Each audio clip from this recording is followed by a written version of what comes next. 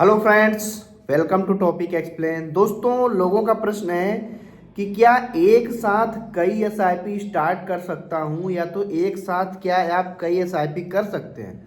तो दोस्तों, आप एक साथ कई एसआईपी कर सकते हैं, कोई लिमिट नहीं है, लेकिन कुछ बातों का आपको ध्यान रखना होता है जिससे आपका नुकसान नहीं होता। अब देखिए, एक साथ कई एसआईपी करने का क्या फायदा हो सकता है। आपका पोर्टफोलियो डाइवर्सिफाइड होता है, फाइनेंशियल गोल को आप अचीव कर सकते हैं और मार्केट के वोलेटिलिटी से आप बचा जा सकता है। लेकिन देखिए, अब अगर आप एक साथ कई एसआईपी करना ही चाहते हैं तो आपको किस प्रकार के एसआईपी करना है।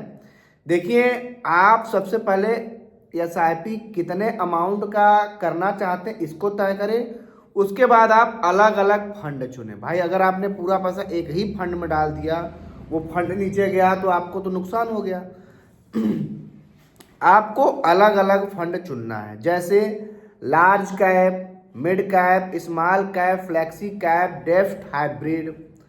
अब अगर आपका इन्वेस्टमेंट जो गोल है वो शॉर्ट टर्म है तो आप डेप्थ फंड में और हाइब्रिड फंड में अपने पैसे को लगाएंगे।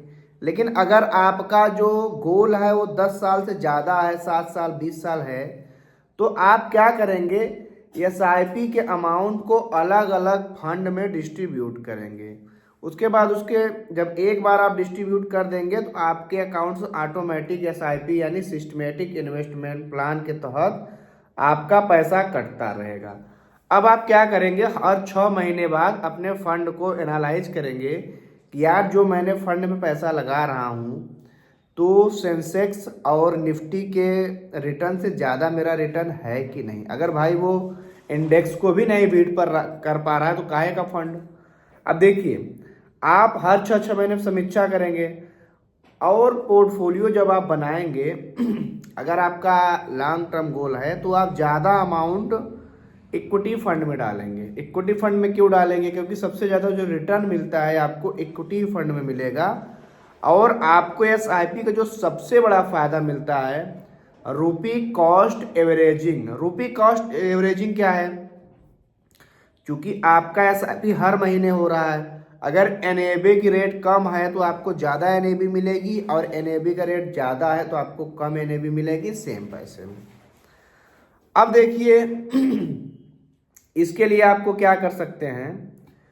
अब आप एसआईपी तो स्टार्ट कर दिए हैं, आप कई सारे एसआईपी स्टार्ट कर दिए हैं, स्मॉल कैप में, मिड कैप में, लार्ज कैप में, फ्लेक्सी कैप में, डेप्ट में, हाइब्रिड में, सब में स्टार्ट कर सकते हैं। लेकिन आपको एक बात का ध्यान रखना है, जब आप फंड का चुनाव करेंगे तो बेस्ट म्यूचुअल फंड कौन से है इसको आप कैसे पता करेंगे। तो इसको पता करने का कुछ बेसिक स्टेप्स है जिसके द्वारा आप बेस्ट म्यूचुअल फंड कई सारे आप कर सकते हैं। पहला तो यह है, उसका पिछला 3 साल और 5 साल का रिटर्न देखिए को कितना दिया है।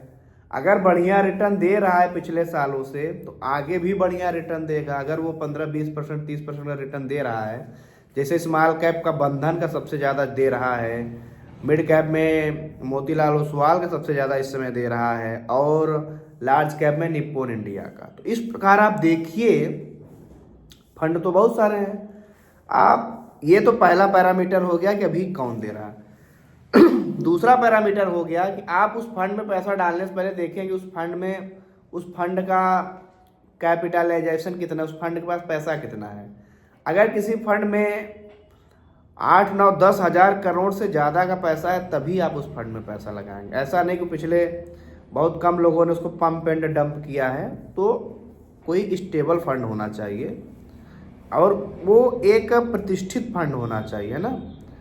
तो इस हिसाब से आप फंड में पैसा लगाएंगे और जब मार्केट बहुत ज़्यादा गिरेगी, जैसे इस समय गिरा हुआ है, तो आप लमसम का भी उसमें टॉप अप अमाउंट भी डालेंगे। क्यों डालेंगे, क्योंकि जब मार्केट नीचे गिरता है तो एनएबी काफ़ी सस्ती हो जाती है और हमें ढेर सारी एनएबी कम ही पैसे में मिलती है, जो कि जब मार्केट हाई होता है तो एनएबी रेट ज़्यादा होती है तो हमें उतने ही पैसे में कम एनएबी यानी नेट एसिड वैल्यू मिलता है।